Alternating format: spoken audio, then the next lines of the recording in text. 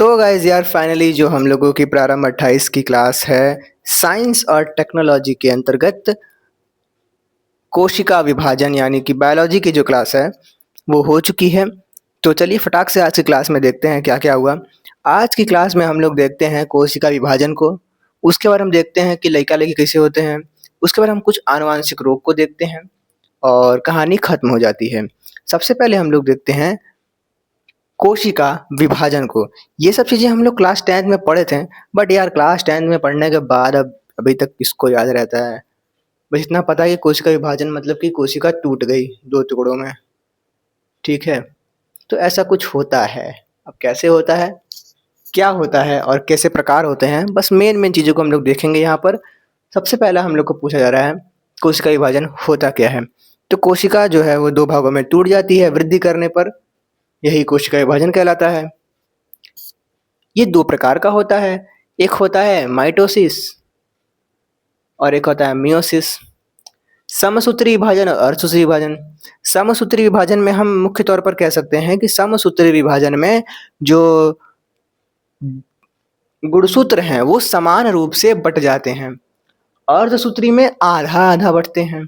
हम देखते हैं कि समसूत्री विभाजन में पहले तो हम ये देखेंगे कि समसूत्री होता किसमें है। तो ये विभाजन जो है वो सोमैटिक कोशिका में होता है। सोमैटिक कोशिका यानी कि हमारे पूरी शरीर की जितनी भी कोशिकाएँ हैं, सारी कोशिकाओं को ले लो, बस स्पर्म को छोड़ के, और लड़कियों में अंडाणु को छोड़ के यानी कि ओवरी को छोड़ के।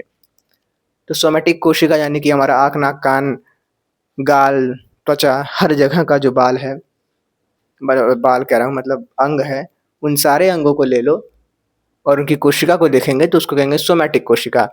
इसमें होते हैं 46 गुणसूत्र। विभाजन पर दोनों ही कोशिकाओं में समान-समान गुणसूत्र हो जाते हैं, परंतु अगर हम बात करते हैं अर्धसूत्री विभाजन की, मेयोसिस की, तो यहाँ पर हम देखते हैं कि अर्धसूत्री विभाजन में जनन कोशिका का विभाजन होता है और 46 गुणसूत्र का जो विभाजन होता है तो वो 2 भागों में टूट जाते हैं।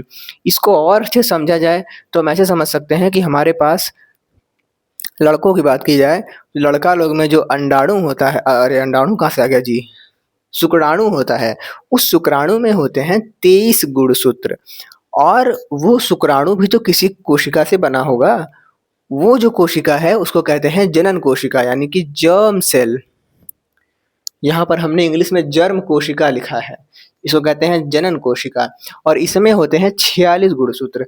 ये हम लोगों के टेस्टिकल्स में पाए जाते हैं और फिर वहीं से हमारा स्पर्म वगैरह बनता है। स्पर्म में होते हैं 23। तो यहाँ पर हम लोगों ने समसूत्री विभाजन और अर्धसूत्री विभाजन को देख लिया। मेन तौर पर ये देखा जाए तो याद रखने की चीज़ यही है कि पूरे शरीर में समसूत्री विभाजन होता है, परंतु अगर स्पर्म में देखा बात की जाए तो स्पर्म बनने में अर्धसूत्री विभाजन होता है। अब हम लोग आगे बढ़ते हैं, देखते हैं लिंग निर्धारण, लइका लइकी कैसे होता है। तो कुछ बेसिक चीज़ें बात की जाए तो लइका लोग में 46 गुणसूत्र होता है और लड़कियों में 46 गुणसूत्र होता है, परंतु लड़कों में 46 गुणसूत्र के साथ में 44 तो दोनों में ही सेम होता है, इनको ऑटोसोम कहते हैं। और ये जो 44 गुणसूत्र है, इसके अलावा 2 और जो बचते हैं वो होते हैं XY गुणसूत्र लड़कों में, और लड़कियों में होते हैं XX गुणसूत्र। दुठे और जो एक्स हैं। अब ऐसा कुछ हम लोगों के साइंटिस्ट लोग बोल दिए, हम लोग देख के तो देख सकते हैं नहीं, साइंटिस्ट लोग बोले हैं, हम लोग को रखना पड़ेगा। और इनको कहते हैं लिंग गुणसूत्र, सेक्स क्रोमोसोम्स। यानी कि मुख्य तौर पर कहा जाए तो हमारी कोशिका लेंगे, उस कोशिका में 44 और उधर 44 दोनों सेम ही रहेगा। लड़कियों में भी 2 ठे अलग रहता है, जो कि उनमें होता है XX, हम लोग में होता है XY। और इसी के मिलने पर लइका लइकी बनते हैं। तो यहाँ पर देख लेते हैं, ये हमारा लइकवा है, लइकिया। इसके पास है 44 प्लस XY, इसके पास है 44 प्लस XX।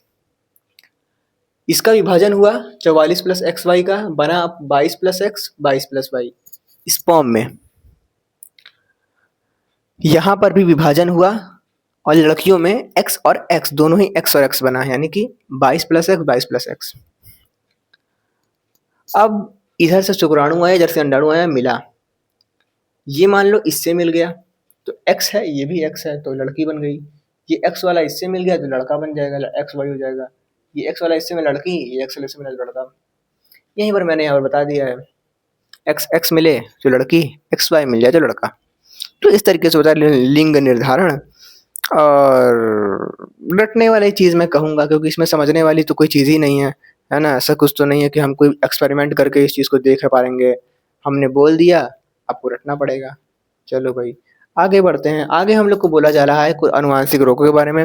अनुवांशिक रोग के कारण देखे जाएँ तो जीन में बदलाव के कारण अनुवांशिक रोग होते हैं। सबसे पहले हम लोग देखते हैं टर्नर सिंड्रोम। ये लड़कियों में होता है और इसका कारण होता है क्रोमोसोम। कौन सा chromosome? 44 plus x. X x होता है, दुट्ठे एक्स होता है ना, दुट्ठे एक्स, एक एकड़ एक्स है। तो यहाँ पर होता क्या है कि महिलाओं में ब्रेस्ट वगैरह का विकास नहीं होता है, हृदय रोग होता है, शारीरिक रोग हो जाते हैं, और इनका जो विकास है वो सामान्य नहीं होता है, लड़की एकदम वनमानुष की तरह लगती है। तो ये सब दिक्कत होती है लड़कियों में। तो इसको कहते हैं टर्नर सिंड्रोम। एक तो होमोफिलिया होता है, उसमें रक्त का थक्का नहीं जमता है। एक्स गुणसूत्र में गड़बड़ी के कारण ये होता है। वर्णांधता यानी कि कलर ब्लाइंडनेस भी एक्स गुणसूत्र में कमी के कारण होता है। मतलब कमी क्या, मतलब गड़बड़ी के कारण होता है, खराबी के कारण होता है। और इसमें हम लोगों को जो कलर्स हैं उसमें हम विभेद नहीं कर पाते हैं। वह लाल है मगर वो तो पीला है, अगर वो तो लाल है, ये सब दिक्कत हो जाता है। उसके बाद हम देखते हैं सिकल सेल एनीमिया। इसमें हम लोग की जो ब्लड सेल्स होती हैं वो इससे चंदा मामा बन जाती हैं, और इसका कारण होता है हमारा 11वें गुणसूत्र का बीटा जीन में दोष। 11वां गुणसूत्र में बीटा जीन में दोष के कारण ये जो है होता है, और इसको कहते हैं सिकल सेल एनीमिया। ये जो आरसीबिया होता है इस चंदा मामा बन जाता है सिकल सेल में। उसके बाद हम देखते हैं down syndrome. Down syndrome, down syndrome ये बहुत फेमस वर्ड है। इसका मतलब होता है 47 गुणसूत्र वाला व्यक्ति। यहाँ पर हम देखते हैं कि मानसिक विकास बहुत धीमा होता है, शारीरिक रोग हो जाता है, और भी बहुत सारे हृदय रोग आदि बहुत सारे समस्या हम लोगों को डाउन सिंड्रोम वाले केस में देखने को मिलती है। इसके बाद हम देखते हैं क्लाइनफेल्टर सिंड्रोम। ये लड़कों में होता है, और लड़कों में इसका कारण होता है दुट्ठे एक्स का होना। 44 प्लस एक्स एक्स वाई होता है इसमें, तो एक्स वाई होना चाहिए वैसे तो कर, बट यहाँ पर एक्स एक्स वाई है, इसलिए दिक्कत हो जाता है। और इसका कारण, इसका जो मतलब लक्षण होता है वो ये होता है कि इसमें स्तनों का विकास जो है बहुत ज़्यादा होने लगता है।